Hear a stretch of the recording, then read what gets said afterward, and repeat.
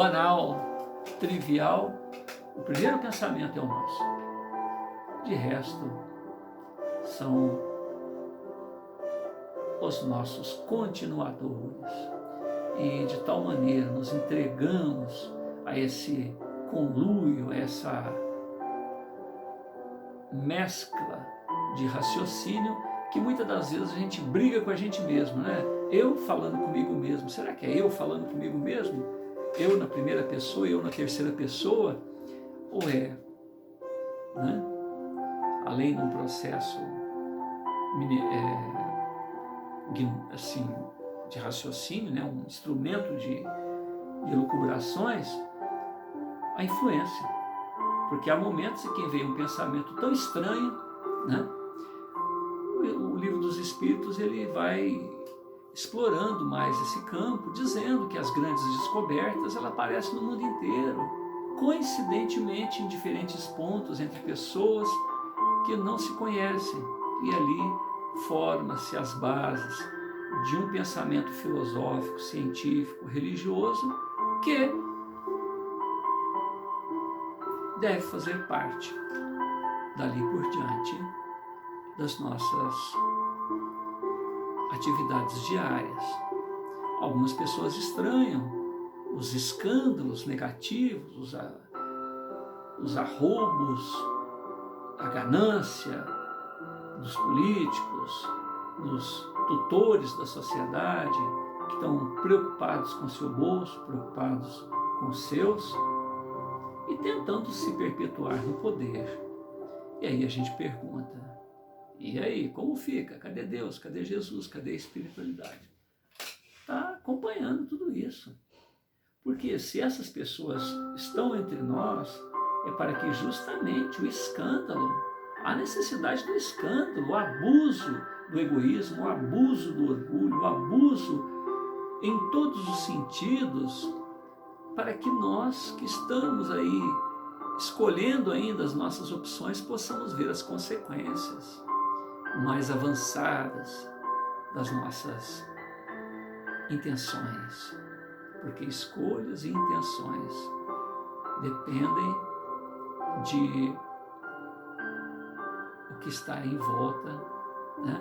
Para você ver como é que fica a vida de alguém que escolheu 2, 3 famílias, ou irresponsabilidade de abandonar um lar, né? Resolveu viver tomando o que é dos outros, resolveu ser uma pessoa que ajuda as pessoas, que se preocupa com o próximo, as vantagens e desvantagens, e por que a pessoa continua fazendo aquilo, para o bem e para o mal, por que ela persevera naquilo,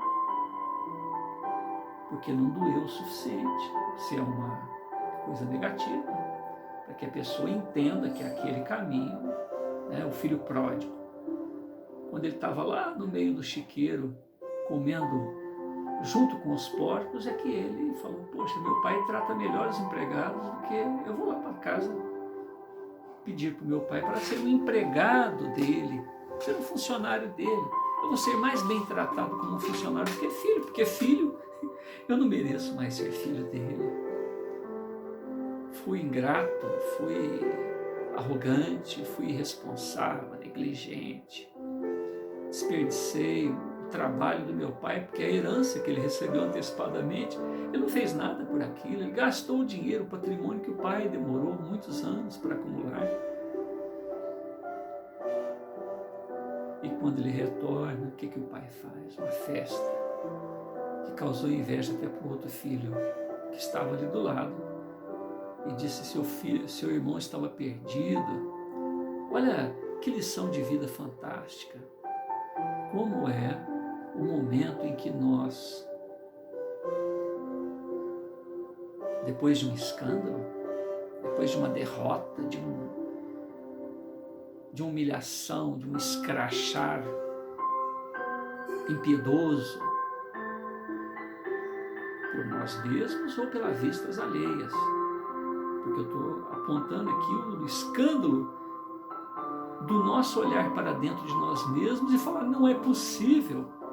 Felizmente você está enxergando antes até, as outras pessoas até já estão vendo, Porque você não esconde nenhum ato, nenhuma intenção dos outros. De ninguém. Você esconde só de você mesmo. A pessoa está cansada de saber que você é mentiroso, que você é egoísta, que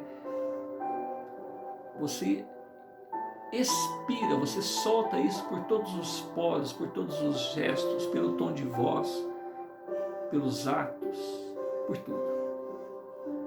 Mas não percebe, não enxerga, não quer enxergar. Só você não se escandalizou, porque as outras pessoas já estão escandalizadas com essa atitude negativa. E o escândalo positivo, o escândalo, vamos tentar usar essa figura de linguagem. Que bom, né? Quando a gente escandaliza com a nossa serenidade, em meio aonde o burburinho das emoções, dos pensamentos dizem: o que é isso? Com a nossa palavra segura, refletida, em meio às pessoas que não têm nenhuma consequência, nenhuma responsabilidade, nenhuma cautela naquilo que afirma, nenhum compromisso com a verdade, com a utilidade daquilo que dizem.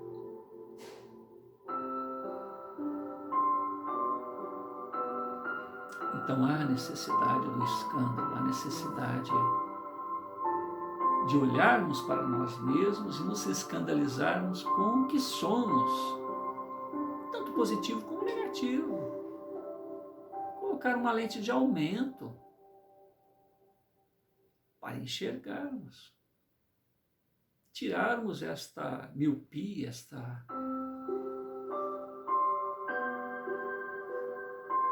catarata, essa nuvem das vistas, o não enfrentar-se, o não enfrentamento de si próprio. O que ganha com isso? Você não vai ser menos penalizado porque você não quer ver, vai ser penalizado da mesma maneira. Por que não olhar para as próprias falhas? Por quê? Ai, mas dói. Será que vai deixar de doer?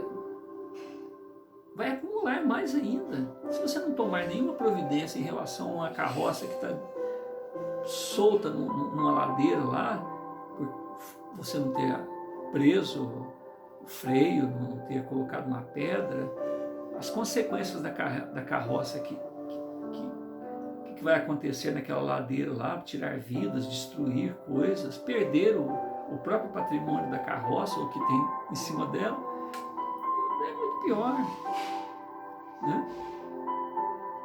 Então rogamos a Jesus, esse mestre querido, que nos faça transparente para conosco mesmo, que a sua vibração sublime, a sua vibração de amor, a sua vibração de preocupação, de didática, nos permeie de tal maneira que não nos reste outra alternativa que a gratidão por poder olhar para nós mesmos e dizer: encontrei, sou bom nisso, sou péssimo nisso.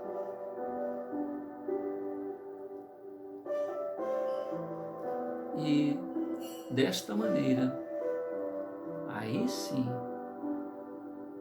estaremos realizados. Porque este enfrentamento, ele é só positivo. Trabalho maior será se não nos ocuparmos com esta observação interna. Estruturarmos para que possamos sair a campo já com a luz desanuviada, servirmos de inspiração, servirmos de testemunho, de escrachares, de ofensas gratuitas. Mas esse é o preço. A própria segurança, estabilidade da pessoa tem que ser testada para ela mesma saber que está tudo certo, que ela conseguiu, que ela alcançou, e ao mesmo tempo porque as pessoas duvidam que realmente você é daquele jeito, que você naturalmente... Eu já contei esse caso aqui antes, vou repetir. Havia um pedreiro que trabalhou para a gente, e ele era evangélico, e ele foi a única pessoa que eu conheci desse jeito. Ele tinha reações fantásticas, reações muito positivas quando ele se feria. Ele estava martelando alguma coisa, batia o martelo no dedo. O normal de uma pessoa é, no mínimo, falar ai. E o que vem junto com o ai, geralmente, é acompanhado de uma visita de pessoas que vêm da região das sombras, né? Mas ele não, ele dizia, oh Senhor... Mas era sentido, sabe aquela coisa sentida? Era uma prece que saía de uma dor, de um erro, de um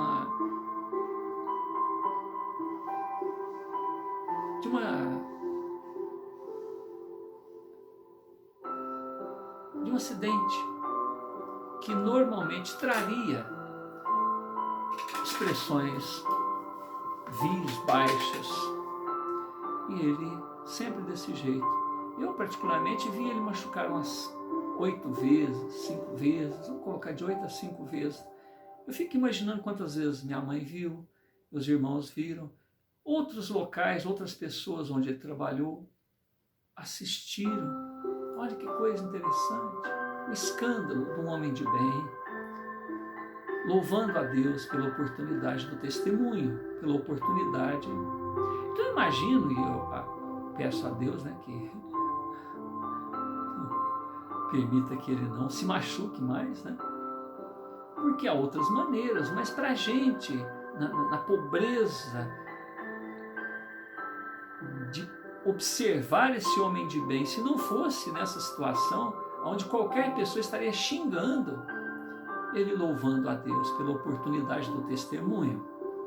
Então, nós estamos lendo uma obra que chama A Porta Estreita, Viagem Iniciática pelo Caminho das 12 Horas, Flaric de Christus, um autor espiritual. Ele apresenta uma metodologia, né, onde a pessoa ela deseja iniciar esse caminho do autoconhecimento, ele tem um interesse, ele se encoraja para aquilo, e aí vai todo um processo que uma virtude alimenta a outra, é base, raiz para outra, e assim vai indo. Mas uma coisa que começa no interesse, né, alimentado pela fé, pela perseverança, pela paciência, pela disciplina, pela serenidade, pela harmonia, e depois ele começa um processo de sair de si próprio e vai rumo ao altruísmo, rumo ainda à humildade, porque nesse processo de iluminação, de segurança interior, ele fala, poxa, eu sou Deus com D minúsculo, eu sou um ser iluminado, porque a luz veio de fora, agora a luz está dentro dele. Ele é Senhor de si. Em meio a tantas luzes apagadas, poxa, ele está bem, mas está bem? Quantos e quantos irmãos que têm a mesma luz bruxuleante que ele, ou tinham, já se transformaram em sóis cósmicos, a semelhança do próprio Cristo. Então, todos nós temos essa chama, essa orientação dentro de nós, do que é bom, do que é certo. Nós precisamos nos assenhorear do que somos, de bom e de mal, do nosso top e do nosso abismo, do nosso melhor, do nosso pior, nos assenhorearmos disso, colocarmos tudo isso dentro de um processo de disciplina, asserenarmos tudo isso, harmonizarmos tudo isso e irmos a campo num processo de ajudar o outro a se descobrir também. E todos nós, células igualitárias, células, fontes luminíferas, vagalumes, pirilampos de luz em meio às noites, aonde estes sóis cósmicos aparentemente se ausentam, para que cada um, no exercício de si próprio, no exercício desses pirilampos de luz que já estão despertos, possam ir administrando tudo isso, e isso vai desanuviando e criando mais e mais combustão. É um processo iniciático, é um processo de iluminação, ou seja, descoberta da própria luz, né? Que faz com que cada um de nós possamos ser cooperadores conscientes, filhos da luz, operários do bem, anjos do Senhor. Diferentemente do que alguns afirmam, anjos são seres que descobriram a própria luz e que brilham, que em momento algum vão ser seres que brigam com Deus. Certamente existem seres que têm uma evolução intelectual, tecnológica, mais nítida, mais intensa do que a evolução moral, espiritual. Jesus é o avatar que veio nos trazer essa essência da vida, o amar. O ser atento às necessidades do outro, colocar-se no lugar do outro e fazer o que pudermos para que o outro continue a sua jornada, mas os desafios, as lutas, o autoencontro é dele. Nós não vamos negar a nossa luz para aquelas pessoas que dão espaço para a gente. Não vamos negar, em momento algum, vamos estar ali. Mas a ingratidão, a provocação, sempre vai existir. Mas a gente se alimenta com a própria atividade. A gente permanece pelo propósito de se iluminar mais ainda, de fazer essa luz ir aumentando. Por isso que a gente persevera, continua. Não porque o outro falou, oh, muito obrigado por você ter me ajudado. Não, pelo contrário, às vezes a pessoa vai ver aquilo de uma maneira totalmente distorcida, e só lá na frente, juntando outras experiências, e que vai falar, poxa, aquela pessoa me ajudou tanto. Porque normalmente quando você ajuda uma pessoa, ela sai muito bem, você fica muito mal. Porque há uma troca de vibração, uma vibração equilibrada sua passa para ela, e uma vibração de desconforto imediato é o seu estágio, enquanto você ainda permanece com ela. Mas ela melhorou, então tira aquilo e volta para a própria realidade. E fique realizado com o que você está conseguindo fazer. Jesus foi o amor não amado, a expressão máxima do envolver-se com os problemas de toda uma humanidade. Nós estamos falando que na Terra tem 8 bilhões de pessoas. Na Terra, 8 bilhões. Mas os alunos da escola do Cristo são 29, 30 bilhões. Então existe toda uma nuvem de testemunhas, dizia Paulo, né? Existe toda uma realidade mais complexa. Isso é Chico que fala na obra Entender Conversando, pergunta número 5b, onde, inspirado por Emmanuel, ele informa para a pessoa, Entender Conversando, pergunta 5b, que há 29, 30 bilhões de almas tuteladas pelo Cristo. E desta época, acho que 6 bilhões, 5,5 aproximadamente, estavam encarnadas. Hoje nós já estamos em 8 bilhões de pessoas. 2020, maio. Então o desafio, aqui na leitura do Livro dos Espíritos, fala que Deus cria frequentemente. Então nós que estamos já passando de um estágio de expiações e provas para a regeneração, e isso vai muito tempo ainda, né? Vamos continuar nosso progresso, nossa evolução. Se chegarmos a esse ponto de sermos espíritos puros, depois disso uma nova etapa para espíritos crísticos, em qualquer uma dessas etapas, nós estaremos aqui, ali, reencarnando muitas das vezes em situações de ajudar outras pessoas, às vezes os nossos entes queridos, os nossos familiares em dificuldades, a gente reencarna lá como mãe, como irmão, como amigo, como um patrão, como alguém próximo, para ajudar aquela pessoa egoisticamente, porque o amor tem disso. Mas ao mesmo tempo, a nossa maneira de ser vai iluminar muitas outras pessoas. O endemoniado gadareno, depois de 2 anos, levou para serem ouvidos centenas de pessoas. 2 anos o endemoniado, o ex-obsediado, que as pessoas conheciam bem ele, era violento, problemático, andava nu em meio aos túmulos. Depois da visita de Jesus, rapidinho, né? Tirou os demônios dele, fez os porcos precipitar. Olha que show pirotécnico, né, que Jesus promoveu. Ele marcou a presença. Ele foi em Gadara apenas para fazer com que aquele indivíduo despertasse, fosse a fonte de luz, a fonte de inspiração.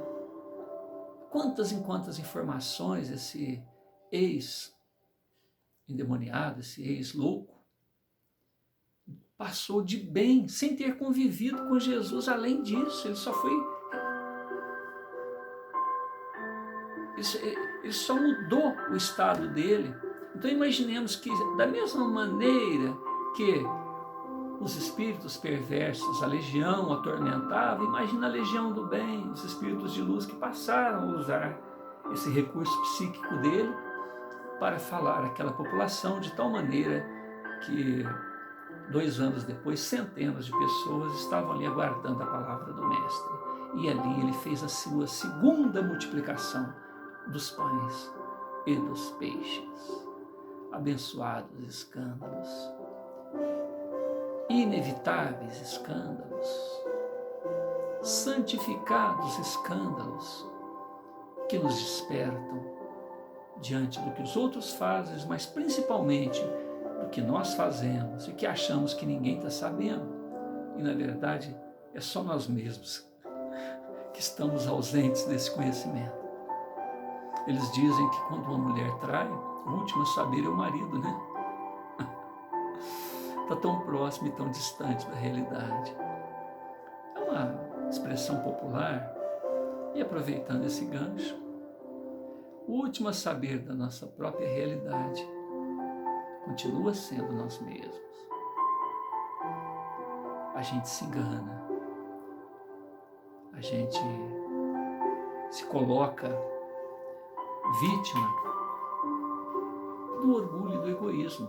Porque o que é essa ausência de olhar para dentro de si mesmo? O orgulho de não querer ver que é menos do que você acha que é. É o egoísmo que alimenta a preguiça, que alimenta a falta de desafios,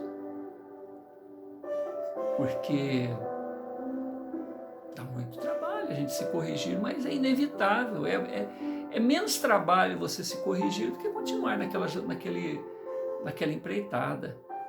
Corrigir o egoísmo, corrigir o orgulho, corrigir a ganância, corrigir qualquer expressão que a nossa consciência até falou, poxa, deixa, nem adianta falar com ele mais. A consciência se cala em determinadas circunstâncias, porque o escândalo vai fazer esse serviço por ela. Há um momento em que não dá para fugir. Será que precisa chegar nesse ponto? Muita paz. Deus nos abençoe a todos.